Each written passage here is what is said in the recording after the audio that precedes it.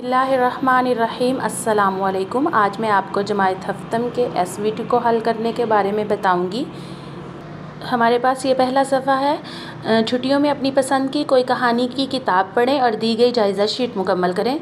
तो ये तालिब इल्म कोई भी कहानी ख़ुद से पढ़ेंगे और कहानी पढ़कर सबसे पहले कहानी का उन्वान, फिर मुसन्नफ़ का नाम अगर मालूम है तो वो लिखेंगे, फिर उस कहानी का छोटा सा ख़ुलासा लिखेंगे, फिर कहानी के किरदारों के नाम, फिर किरदार की क्या ख़ूबी है और क्या ख़ास बात है वो, उसके बाद कहानी से आपने क्या सीखा, और फिर उसी कहानी में से मुश्किल लफ्ज़ 3 ढूंढने हैं, उनके मानी तलाश करने हैं और वो लिखने हैं।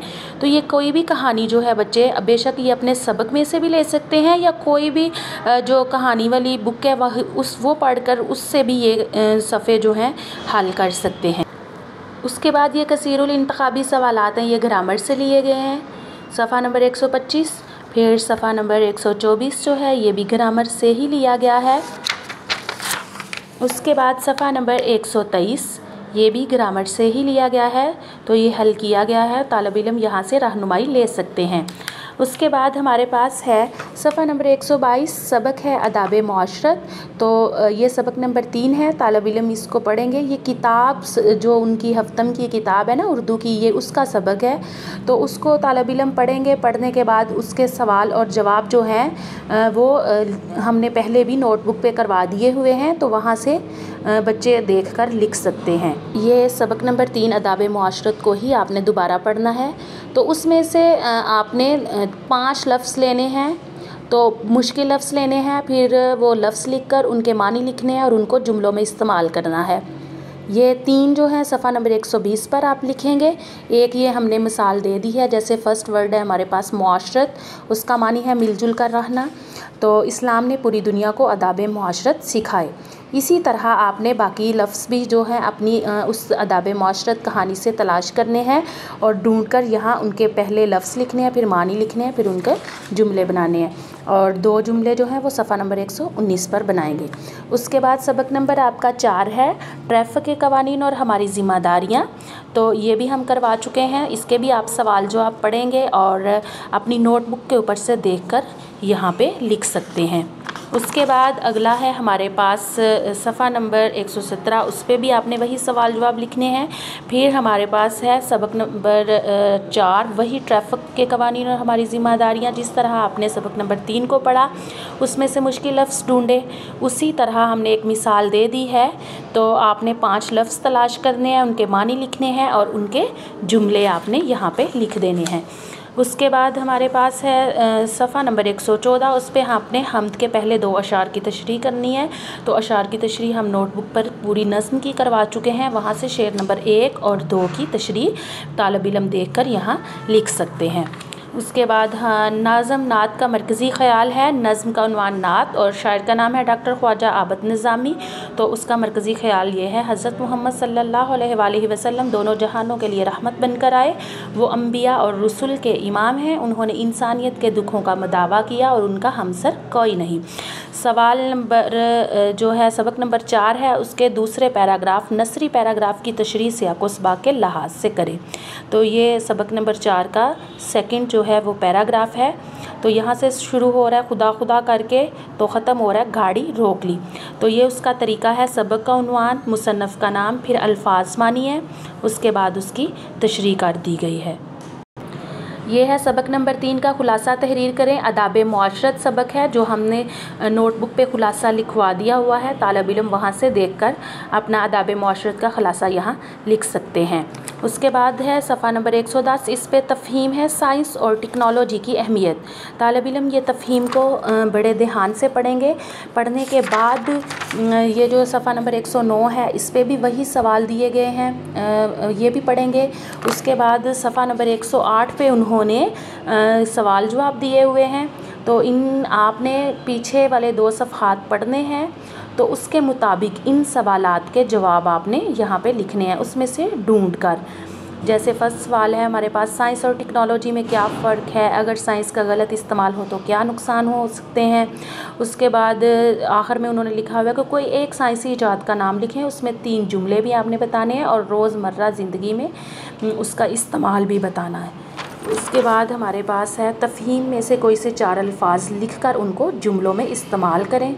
फिर तफ़हीम में से ही गैर हकीकी मुज़क्कर और मोनस तलाश करके लिखने हैं। सफ़ा नंबर 106 पे फिर तफ़हीम है हवा को काबू में करने वाला लड़का। तो तालिब इल्म ये सफ़ा नंबर 106 पढ़ेंगे, सफ़ा नंबर 107 पढ़ेंगे और उसके बाद सफ़ा नंबर 107 पे दिए गए सवालात के जवाब देंगे। सफ़ा नंबर 105 पे दिए हैं 3 सवाल उन्होंने, तो उसके जवाब लिखने हैं। उसके बाद बकिया उन्होंने दिए हुए हैं सफ़ा नंबर 104 पर। तो ये 2 सवाल हैं। फिर उन्होंने आखिर में दिया हुआ है कि तफ़हीम में से कोई से 4 अल्फाज लिखकर उनको जुमलों में इस्तेमाल करें। तो आपने तफ़हीम में से ही लफ्ज़ लेने हैं और उनको जुमलों में इस्तेमाल करना है। फिर तफ़हीम में जिन जिन रमूज़ औक़ाफ़ का इस्तेमाल हुआ है इनकी निशानदही रंगीन पेंसिल से करें और नीचे मौजूदा जगह पर इन रमूज़ औक़ाफ़ के नाम लिखें। तो इसमें किया गया है सक्ता, कोमा, ख़त्मा और वावैन। उसके बाद तफ़हीम में से 5 मुज़क्कर और 5 मोनस तलाश करके दुरुस्त जगह पर लिखने हैं। फिर है हमारे पास तख्लीकी लिखाई आ गया। उन्वान के मुताबिक जाल मुकम्मल करें और इस मौजू पर एक पैराग्राफ तहरीर करें। तो मौजू है अगर मुझे एक दिन के लिए वज़ीर आज़म बना दिया जाए तो उसके अहम नकात हमने दे दिए हैं। शोबा तालीम में प्राइवेटाइजेशन को ख़त्म करूँगी। शोबा सेहत में अद्वियात, डॉक्टर्स फ्री एम्बुलेंस, ट्रांसपोर्ट में किरायों की कमी, अशियाए ज़रूरिया की कीमतों में जायज़ कमी, बिजली और बिल की कीमतों को बैलेंस करूँगी। तो ये हमने अहम नकात दे दिए हैं। इन अहम नकात को मद्देनज़र रखते हुए सफ़ा नंबर 101 पर बच्चे जो हैं ये मज़मून लिखेंगे। उसके बाद अगली कहानी है जैसा करोगे वैसा भरोगे। उसके उन्वान पे तालिब इल्म खुद कहानी लिखेंगे। उन्वान है 3 हम दे चुके हैं। नंबर 1 है कछुआ और खरगोश, दूसरा है ऊँट और गिद्दड़, नंबर 3 लूमड़ी और सार्स। इन तीनों में से कोई एक उन्वान मुंतखब करें और उस पर तालिब इल्म कहानी खुद लिखेंगे। सफ़ा नंबर जो है 98 उसमें है अपनी तालीमी सूरत हाल बताने के लिए अपने वालिद साहिब को ख़त लिखें। तो ये जी हमने ख़त लिख दिया है। तो तालिब इल्म ये ख़ुद भी लिख सकते हैं और यहाँ से भी रहनुमाई ले सकते हैं। सफ़ा नंबर 97 ग्रामर से मुतल्लिक है। उसमें है मुहावरात, दर्ज झैल जुमलों में से मुहावरात अलग करके लिखें। तो ये जी जुमले दिए गए हैं तो आपने उसमें से मुहावरात अलग करने हैं। तो फिर नीचे है इन मौक़े पर कौन से मुहावरे बोले जाएंगे, आपकी आसानी के लिए इशारात दिए गए हैं। नीचे जो हैं उन्होंने जुमले दिए हुए हैं तो उन मौक़ों पर कौन से मुहावरे लिखे जाएंगे और बोले जाएंगे वो भी आपने लिखने हैं। ये जी सफ़ा नंबर 96 पे भी यही एक्टिविटी दी गई है कि उन्होंने जुमले दे दिए हैं तो हमने उस पर मुहावरा सेट करना है। सफ़ा नंबर 95 पे भी यही है और उन्होंने पीछे इशारे भी दिए हुए हैं। ये आखिर में ना जो बॉक्स है उस पर इशारे भी दिए हुए हैं तो आप ये इशारों से भी मदद ले सकते हैं। उसके बाद है सफ़ा नंबर 94। इसमें उन्होंने हाय, अरे, अफसोस, ओहो, आहा ये हरूफ नदा, तासुफ़ और इस्तजाब दिए हैं। तो आपने इनका इस्तेमाल करते हुए ये वाला मुकालमा मुकम्मल करना है। दिए गए हरूफ को इस्तेमाल करते हुए 2 दोस्तों के दरमियान एक मुकालमा लिखे। तो मुकालमा कोई भी हो सकता है, सिर्फ आपने इनके अंदर हरूफ निदा, तासुफ़ और इस्तजाब जो हैं जो उन्होंने बॉक्स में दिए हैं उनका इस्तेमाल करना है।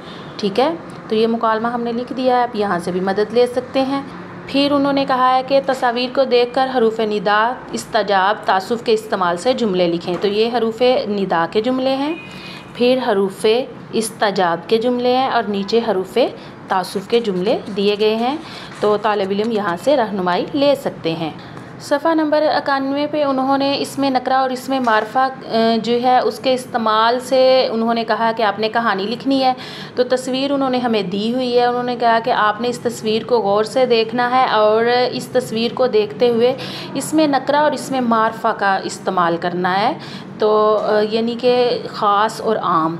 तो आपने ये कहानी लिखनी है सफ़ा नंबर 91 पे और 90 पर। तो तालिब इल्म यहाँ से भी मदद ले सकते हैं। तो मोहतरम वालिदैन ये था हमारा जमायत हफ्तम का एसवीटी। तो आपने मोहतरम वालिदैन बच्चों को छुट्टियों का काम सफाई से करवाइएगा क्योंकि छुट्टियों में करवाए गए जो काम है एसवीटी के जो मार्क्स हैं वो उनके फ़ाइनल मार्क्सशीट में ऐड होंगे। तो इसलिए अपने बच्चों को छुट्टियों का काम साफ़ सुथरा करवाइएगा। शुक्रिया।